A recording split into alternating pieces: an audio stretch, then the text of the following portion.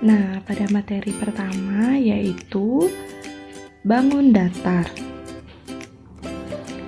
Bangun datar adalah sebuah objek benda dua dimensi yang dibatasi oleh garis-garis lurus atau garis lengkung. Karena bangun datar merupakan bangun dua dimensi, maka hanya memiliki ukuran panjang dan lebar. Oleh sebab itu, maka bangun datar hanya memiliki luas dan keliling. Sebelum membahas mengenai jenis-jenis bangun datar, berikut ini adalah beberapa istilah yang sering dipakai dalam bangun datar. Yang pertama, sisi dan sudut. Sisi adalah garis pembatas dari suatu bidang datar. Dari gambar persegi di samping, yang dimaksud dengan sisi adalah garis AB, BC, CD, DA. Kemudian sudut. Sudut adalah besaran rotasi antara dua garis, antara dua bidang, atau antara garis dengan bidang. Dari gambar persegi di samping, dilihat bahwa sudut yang terdapat dalam persegi adalah sudut A, sudut B, sudut C, dan sudut D. Nah, selanjutnya luas dan keliling bangun datar segitiga. Pada pembelajaran kali ini kita akan membahas tentang luas dan keliling bangun datar segitiga. Segitiga adalah bangun datar yang dibatasi oleh tiga ruas garis yang ujung-ujungnya saling bertemu dan membentuk sudut. Secara umum, segitiga dapat dibedakan menjadi dua jenis, yaitu yang pertama, jenis-jenis segitiga berdasarkan besar sudutnya. Segitiga siku-siku sama dengan 90 derajat. Yang kedua, segitiga tumpul sama dengan 90 derajat sampai 180 derajat. Segitiga lancip sama dengan 0 derajat sampai 90 derajat. Selanjutnya, yang kedua, jenis-jenis segitiga berdasarkan panjang sisinya. Segitiga sama sisi yaitu segitiga yang memiliki sisi yang sama panjang. Segitiga sama kaki yaitu segitiga yang memiliki sisi-sisi yang sama panjang. Segitiga sembarang yaitu segitiga yang ketiga sisinya tidak sama panjang.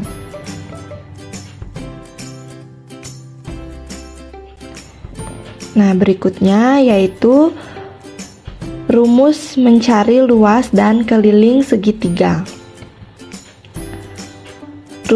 Rumus luas segitiga yaitu L sama dengan alas kali tinggi per 2, atau L sama dengan A kali T per 2. Selanjutnya, rumus keliling segitiga.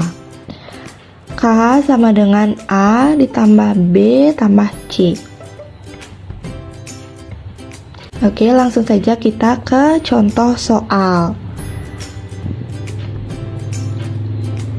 Sebuah rambu-rambu mempunyai alas 30 cm dan tingginya 22 cm.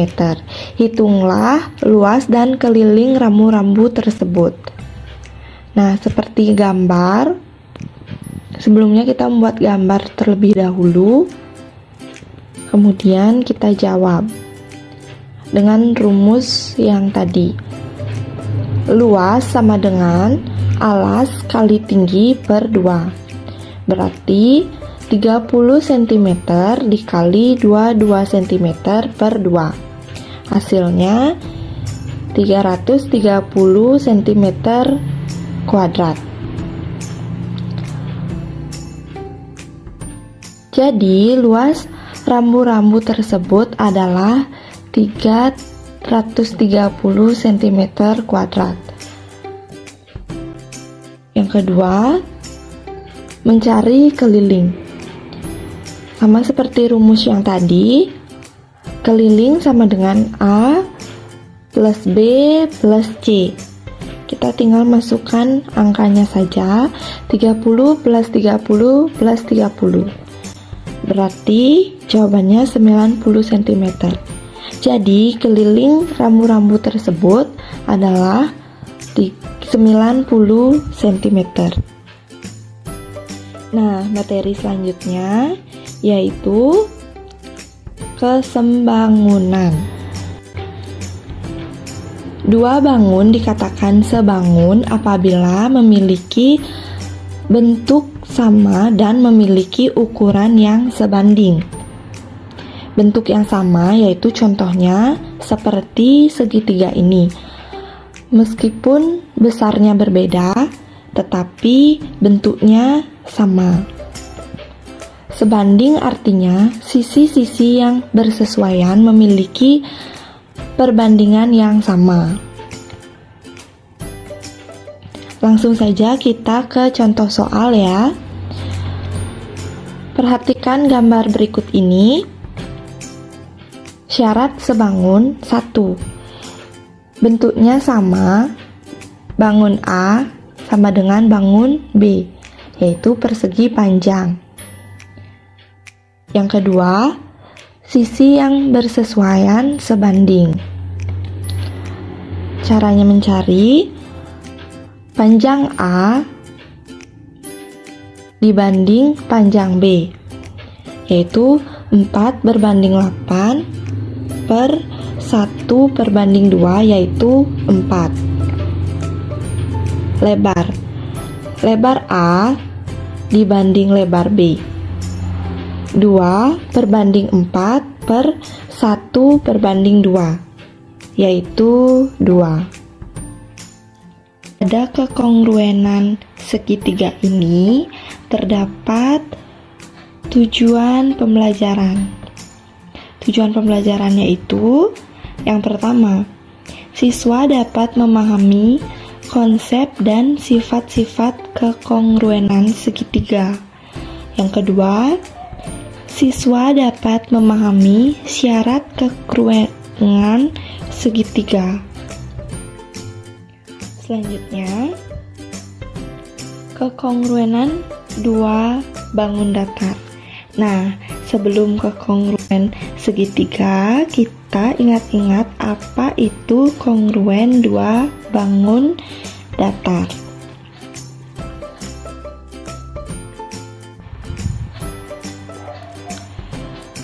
Kekongruenan merupakan dua buah bangun datar yang dimana kedua bangunannya sama-sama memiliki bentuk dan juga ukuran yang sama.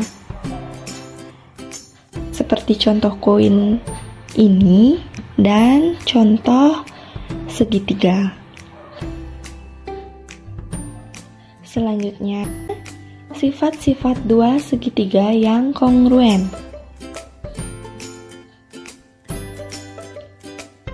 Dapat dikatakan jika dua buah segitiga tersebut kongruen jika memenuhi sifat-sifat sebagai berikut. Yang pertama, sisi-sisi yang bersesuaian sama panjang.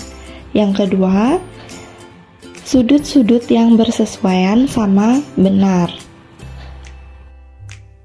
Mohon maaf, maksud saya sama besar. Selanjutnya, perhatikan gambar di bawah ini. Berdasarkan gambar tersebut, dapat dilihat bahwa sisi-sisi yang bersesuaian sama panjang yaitu AB sama dengan PQ. BC sama dengan QR.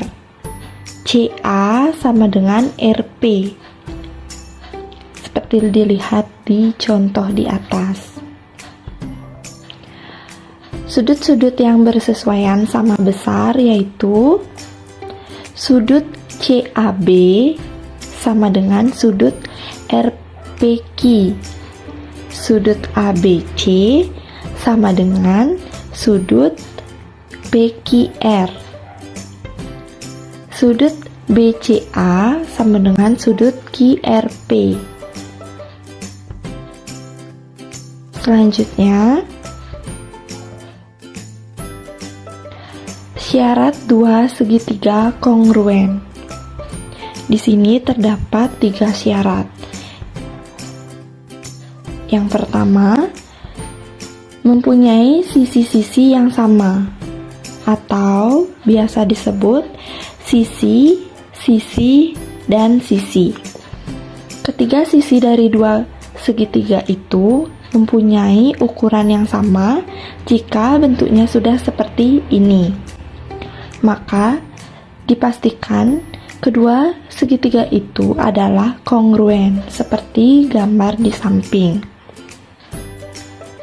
Berdasarkan gambar segitiga ABC serta segitiga PQR di samping, diketahui jika keduanya mempunyai panjang AB sama dengan PQ, panjang AC sama dengan PR, serta panjang BC sama dengan QR. Syarat yang kedua yaitu mempunyai 2 buah sisi yang sama dan 1 sudut yang sama. Biasa disebut sisi, sudut, sisi. Berdasarkan gambar dari segitiga ABC serta segitiga PQR di samping, diketahui jika keduanya memiliki sisi AB sama dengan PQ. Sudut B sama dengan sudut Q. Dan juga sisi BC sama dengan QR. Kemudian syarat yang ketiga yaitu 1 sisi apit dan 2 sudut yang bersesuaian sama besar, yang biasanya disebut sudut, sisi, sudut.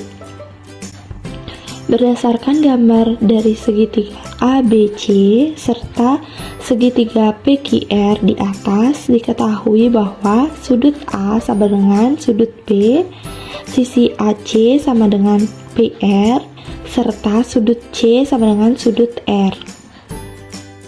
Selanjutnya,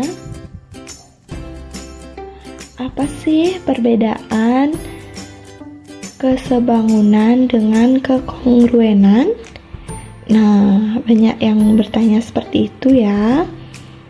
Ayo kita bahas sama-sama di sini.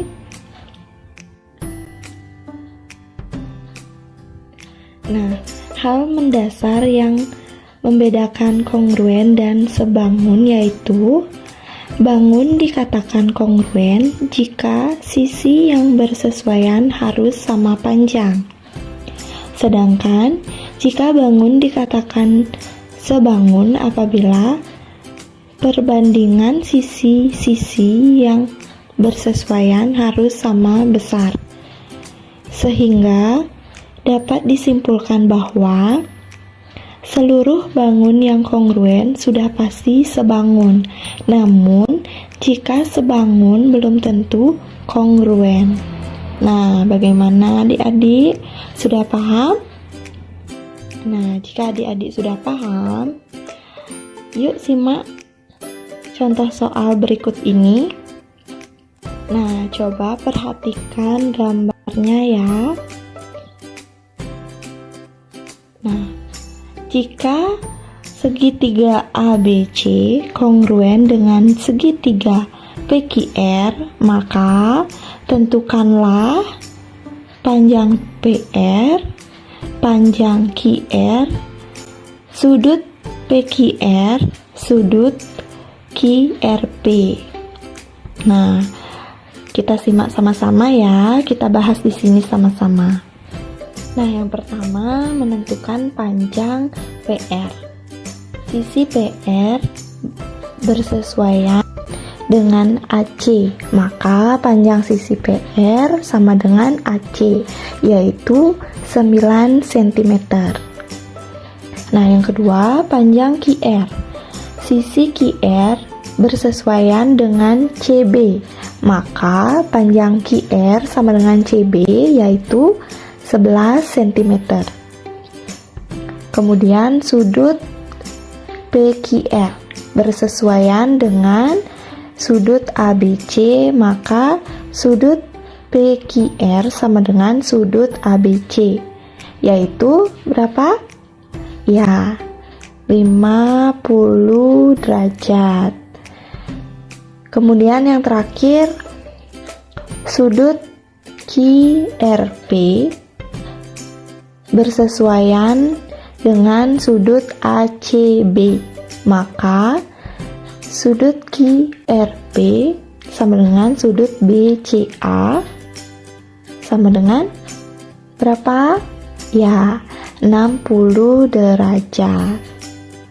Nah, seperti contoh yang ini ya, jadi sama dia. Segitiga ABC dengan segitiga PQR, itu jadinya sama. Nah, bagaimana teman-teman? Pembelajaran matematika hari ini mudah bukan? Semangat terus belajar matematika ya, karena matematika itu mudah dan menyenangkan. Terima kasih sudah menonton video matematika hari ini. Sampai jumpa di video selanjutnya.